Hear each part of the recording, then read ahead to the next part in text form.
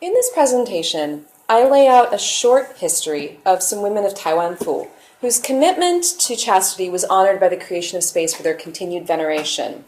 The Temple of Five Concubines, Wu Fei Miao, and Mother Gu Temple, Gu Fu Ma Miao. At least according to my research so far, only one of the 8 women whose stories are related to these two spaces was actually canonized by the emperor. That's Mother Gu herself in 1727. Now the other women, the 5 concubines, one chaste unmarried woman and one powerful ghost, though they inspired literati and passing bureaucrats to sort of pause and sigh and compose poetry like they do, didn't seem to win the attention of any faraway emperors. So I began wondering about Gu Fu Ma after I passed by her temple in 2011. No doubt I was on my way to some actual more famous temple in Tainan, but I stopped at hers because I was surprised by these gentle-looking female door guardians. This is one of the 4.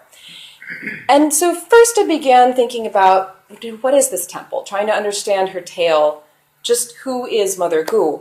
Both in the popular contemporary versions, I actually follow her temple on Facebook, they're very active, and in the historical record, with which I'm much more comfortable. And then I started thinking more about what other kinds of ways are chastity martyrs or female paragons of chastity honored in Tainan, in the space of this city. So I don't know yet if this is just a curious little case study or is actually the seeds of a larger project. And so I'm really thankful to Jessica for inviting me to be part of a panel with very preliminary research.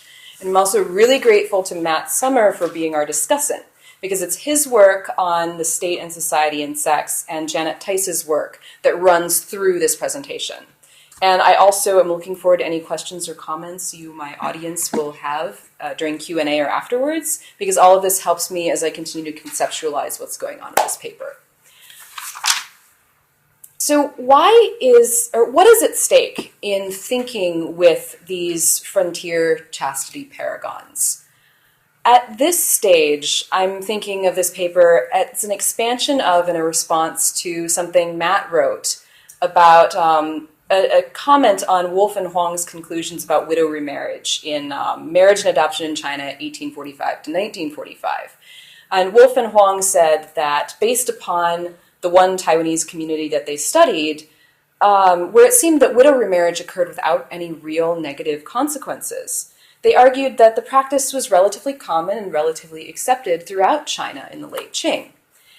So Matt comments, and I quote from an article, quote, "The image of widows may be colored by the political peculiarities of Taiwan and should not be automatically generalized to other regions or historical periods," end quote. Regarding the latter half of the observation, I wholeheartedly agree, and I really hope that I've resisted the temptation of letting the present-day state of these shrines influence my historical reading of them. Now, as for the peculiarities of Taiwan, however, of which there are many, both during the Qing and the present day, this paper is dedicated to their exploration and celebration. But I also want to keep in mind that the state of chastity veneration in Tainan, the provincial capital, should not also then be extrapolated out to the rest of the Qing frontier on Taiwan. Even so, I think that we can say for sure that widow remarriage was actually an issue in 18th and 19th century Taiwan. It was a concern. But it's also clear that state recognition of widows, which should have been the final word on this, right, the ultimate arbiter of virtue, was often actually only one perspective among many on this frontier filled with voices commenting on the place that virtuous women ought to assume in Tainan after their deaths. Taiwan in the Qing was indeed in a peculiar political situation. This is a map from the 18th century, but Taiwan is all the way down here. It was the final major holdout of the Ming dynasty, supported by the Zheng family of pirate warlords and whatever Ming princes they managed to collect down their island fortress. So the Qing didn't administer Taiwan until 1683. And the 5 concubines and Mother Gu lived through this period. So I begin by telling the story of the 5 concubines and moving into talking about Mother Gu, all the while intertwining their stories with the complexities of politics and society on the Qing frontier. In mid-1683, Qing Admiral Shilang and his forces took Penghu, and then reached the shores of Dongning, which is the old name for the Tainan capital, ending a almost 20-year-long occupation of this city by the Zheng family, who themselves had ejected the Dutch from the same city in 1666. It was very exciting at that time. So in the last great act of loyalty to the Ming, Prince Ningjing and his main consort announced their intent to commit suicide, rather than surrender to the Qing. And 5 of the lesser consorts killed themselves as well. Actually, it was 2 concubines and 3 maids, but they're all the 5 concubines now. They hung themselves from the beams of the main hall of his residence, which is now a temple to Matsu, who you can see down here. And I don't have the time to talk about the interesting use of this sort of space now for the Queen of Heaven, which was the prince's residence, but keep that in mind for future work. So the sparest version of the story of these 5 concubines, recorded in the 1685 Gazetteer, it merely lists the 5 women's names and the date of their death. Later gazetteers continue to accrete details onto this frame, including insignificant facts like their grave was next to a tree, and more tellingly, elaborations on their final conversation with their prince about why they would follow him in death. And also, as it grew in pathos through the 18th century, more and more poetry by literati about these women's sacrifice.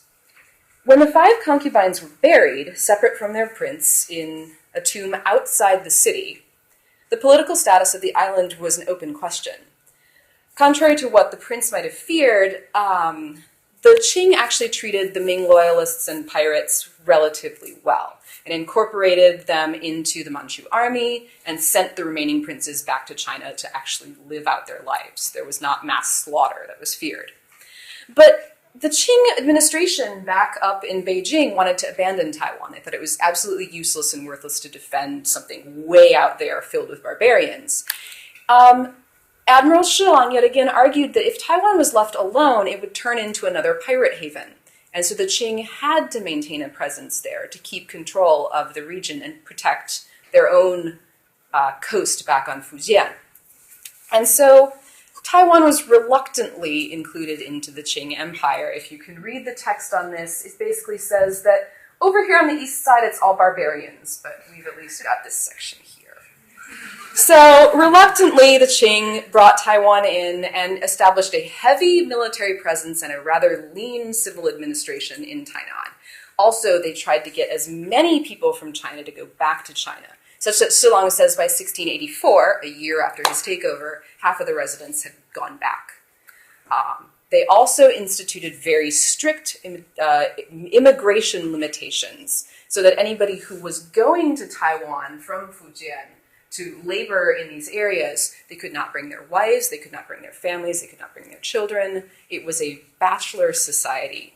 Somehow, for some reason, however, Mother Gu's family stayed. So we're going to leave our concubines in their increasingly politically awkward grave outside the city and think about Mother Gu instead. The concubine's grave is somewhere out here. Mother Gu is right here. And the yamen is right here. Okay. Think about that in terms of space. So while the concubine's death, in response to their prince's suicide, constitutes this example of chastity martyrdom that the Qing was trying to discourage, and it was actively banned by Kangxi in 1688, Mother Gu gives us an example seemingly tailor-made for the pivot towards imperial recognition of lifelong widowhood and arduous self-sacrifice that stops short of actually killing yourself. So Mother Gu only enters the textual record in 1720, but we can safely assume she was born during that weird late Ming period, because after being widowed at the age of 20, she had been a widow long enough by the 1690s to receive sort of local commemoration, some calligraphy from the local magistrate about how xiao she was, how filial. She clearly hails from a high-status family as far as frontier families go, right? This sort of economic base is sort of the unspoken minimum requirement for being able to maintain your chastity as a widow. Lacking children of her own, she actually raised the 2 sons of her husband's concubine, and she had a brother-in-law who was an imperial exam candidate shortly after the imperial exams actually began to be administered in Tainan in 1695. So her husband's family on this frontier had enough wealth to acquire 2 women for 1 son and support the literati lifestyle of their other son. No word on how many wives he had. He wasn't successful enough for there to be any records about him, as far as I can tell. So imperial bans on things like suicide and self-mutilation notwithstanding, she's also still celebrated for this gogul practice of cutting a piece of your thigh to filial cannibalism, right? So she did this for her mother-in-law. Her mother-in-law's life was extended for 5 years, and this is what brought her to the attention of local authorities. And I think also it's this location of her guifang, which is somewhere around here, very close to the center of imperial authority in Tainan. So as this resident of this space, she was basically within shouting distance, I guess if she'd been a shrew, of the administrative headquarters. And so when the gazetteer mentions that her filial piety attracted more attention among her neighbors, their gossip is what crossed the short distance from her inner quarters to the hall of the imperial representatives. And she was also surrounded by a society of almost entirely men. And so even if, we're looking at her in the 1690s as probably not a tempting image of young widowhood, she was still something that was really aberrant for the frontier on Taiwan at that time. She was a widow who was supporting or taking care of a mother-in-law, a concubine, 2 young sons, and that's very different from all of these men who'd left all their families back home in China. So as such, when the Yongzheng Emperor codified and institutionalized imperial strictures for widow commemoration, she was one of the first women who was honored in Taiwan, along with about 10 others in 1727. So this sort of structures that Yongzheng put together to commemorate chaste widows. Tice calls it explicitly propagandistic, right? You're supposed to establish some kind of chastity shrine in a prominent place in the city so that everyone who passes is reminded of this sort of host of women who come before them and will be similarly inspired to loyalty to their emperor. So I'm not entirely sure why, but the Tainan administrators did not put the chastity shrine in Tainan. I think it might have actually even been all the way in Zhanghua, which was like a more minor administrative area of the city, or of the Taiwan frontier. But the emperor's seal of approval and the inclusion of Mother Gu in this shrine, not in her neighborhood, was not enough for his distant colonists. For reasons I'm not entirely clear of why, in 1789, so many, many decades after her death and 60 years after her canonization, her neighbors set up a shrine to her. This is Mother Gu now. Her neighbors set up a shrine to her in their own way and established a Gu Xiaonu, filial woman, shrine in her own neighborhood. Let's think about this again. Her shrine was in the heart of Tainan. It was impossible for civil authorities to overlook her when she was alive, and it was impossible for them to forget her influence once her neighbors had built the shrine after her death. This is the version of the shrine that was built in Xianfeng in 1858, a photograph from the Japanese era. But meanwhile, let's get back to our concubines. Until 1746, the Qing had ignored or forgotten about the last Ming concubines, lying outside the city on a little hill. According to a stele carved to commemorate the act of their long-delayed commemoration, 2 imperial censors were horrified when they passed by and found that the grave was in a state of disrepair and neglect. Ordering local authorities to establish a memorial and a shrine to these women, they also wrote poetry and carved it on the stele so that we could read it now.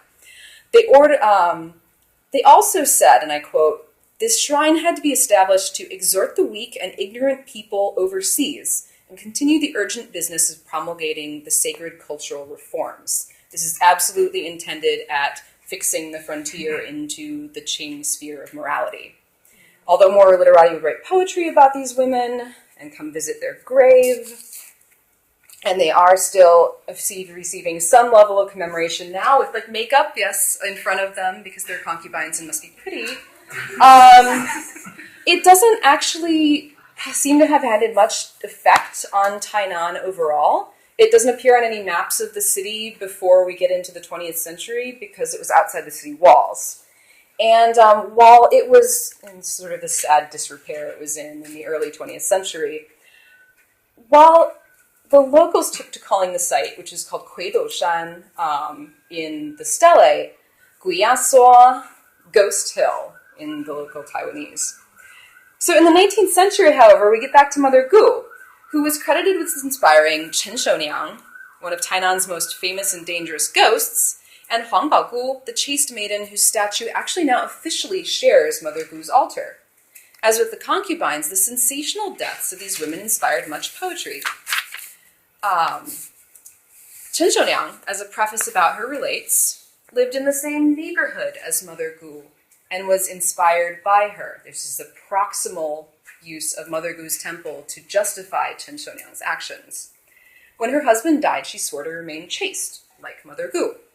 However, a passing official, she's across the street from the yamen basically, saw her beauty and offered her in-laws money in exchange for her. And they said, yes, we are poor, we will sell you this widow. She refused, however, inspired by Mother Gu, and so her mother-in-law and sister-in-law tied her up and murdered her, according to this preface, by stabbing her lower body, Chastity. So though her neighbors reported the crime, the judges refused to actually prosecute until they were under such threat from rioting, I assume. There was some violence implied. This was the Taiwan frontier, after all, that they had to prosecute the mother-in-law and daughter and sister-in-law. She was first buried in a temple near the South Gate, but within the city walls. But her grave attracted so much veneration that officials were worried that it might delude the people, right? Huomin. And so they moved it to a secret location. They did, however, place a spirit tablet to her in the local Confucian temple in an outbuilding of the Confucian Academy, and where it remains to this day. And I believe she's right here. That's Chen Shouniang. Tales of her angry ghost wreaking havoc on Tainan's spiritual and physical world also remain, however, as does an ongoing feud between two local temples as to which one can claim that their deity was the one to actually bring her under and get her under control. There's also a rumor, however, that this unlabeled statue on the altar at Mother Gu's temple might actually represent Chen Shouniang. It doesn't have a name. There's names on the other ones, but there's no one for her. That it might be a way to get veneration of her under the eyes of the authorities. Right? So these sources, of course, are much more difficult to trace, but they're also much more evocative than stale gazetteers. Even so, I think the stale gazetteers provide us with an interesting mirror image of Mother Gu in the shape of, if this is Chen Shouniang, right? Her proximity to civil authority was actually her downfall, right? The visiting magistrate who noticed her and wanted to buy her. It was not the source of her recognition like it was for Mother Gu. The high regard her neighbors held her in actually drew official anxiety after her death rather than official commemoration. And so in this sense, her admirers had to content themselves with that placard, the sterile placard, instead of something perhaps more exciting and inviting, like this temple in her home neighborhood. One more woman. In 1862, the year of Huang Baogu's death and initial veneration, we return full circle to the kind of chaste martyrdom that the Qing authorities were hoping to dissuade by emphasizing the virtues of Mother Gu. In brief, Huang also lived near Mother Gu's temple and took inspiration from her, according to the sources. She was engaged to a man who was either too poor to afford the wedding or died in one of the many uprisings that happened every 3 or 5 years in Taiwan. Her parents then wanted to betroth her to someone else, but she defied her parents' wishes for the sake of her chastity. She'd already been betrothed once. That was more than enough, right? So she went to pray at the local Buddhist temple, Fa Hua Shi, and she then threw herself in the temple pond to preserve her chastity. And the stele that local literati and officials had carved the same year of her death, actually, mentions Mother Gu 3 times, and it culminates in them placing Huang on Mother Gu's altar. So what are my preliminary conclusions based on these histories? At least in Tainan, we know first that the state promotion of chastity memorials as a source of inspiration for female virtue had a significant effect, but not in the intended fashion, I think. The 5 concubines temple, built explicitly to provide that inspirational effect, fell into disrepair after the construction. And this is Japanese who were involved in its reconstruction in the 1920s. And there's interesting political implications of why they would want to remind people of their Ming roots in Taiwan rather than of their Qing roots. So it's the privately constructed popular temple to a chaste widow, and this is gifted in Xinfeng Banian, 1858, by one of the magistrates. And here it is again above her altar today, but much shinier. Instead, it's this popular constructed temple that's the source of inspiring women in Tainan through their proximity to it in the heart of the city. Chastity would be honored, yes, but the state would not be the final arbiter of its veneration. Second point, I think the religious commemoration of chastity paragons is interesting here because it's not totally without issue. Remember, we've got Mother Gu here, flourishing across the street from the Yamen. I Google mapped it. It's a 2-minute walk, basically, if Google Maps had existed in the Qing. But the cult to Chen Shouliang was quashed by state-sanctioned grave robbery, more or less. Third point, efforts to discourage this Chongshi following in death didn't really do much to dampen the excitement with which people wanted to commemorate the deaths of these martyrs in poetry. Mother Gu's life was incredibly prosaic, and I have yet to find any kind of literary record commemorating her life, aside from when she's referred to in the commemorations of Huang Baogu, the woman on her altar. So, quiet, sustained widowhood could not compete with the sensational aspects of suicide for chastity's sake. It just makes a better story. And then I want to think about one more thing. There's a stunning part of Huang Baogu's commemoration on this stele, and the other sources too, where we're directed to consider the appearance of her body. And so as a chaste woman, this sort of public-focused male attention on her body itself would have been totally anathema while she was alive. And yet the minute she became a corpse, the body becomes a testament to her chastity. And the stele says, roughly translating this, when her corpse floated to the top of the water, her face looked as it was in life.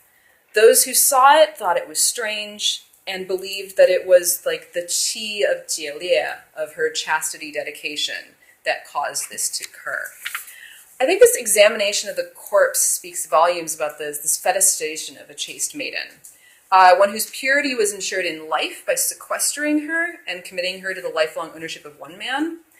And then, but in death, the minute her corpse floated to the top of the water, according to the stele, she belongs to everybody, not in the abstract sense of we pass by her temple and we think about her dedication, but now her body is free for public contemplation.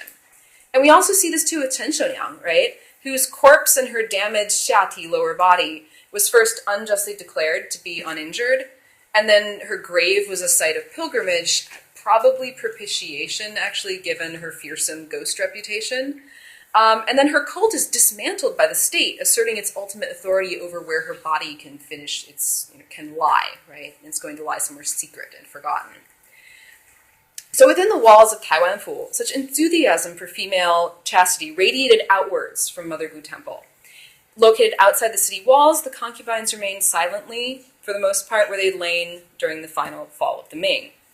Although, in the course of researching for this paper, I've heard that some people now believe that you can see people sort of wandering around Guyasua with women wearing old clothing, old-fashioned Ming clothing, and that they appear to people who try to use the beautiful park around their temple to have, secret nighttime assignations out in nature. And what I love about this, and I didn't get the screenshot of the auntie who's telling this story, because this is 个人经验请问利息. So thank you very much, and I'm excited to hear your questions.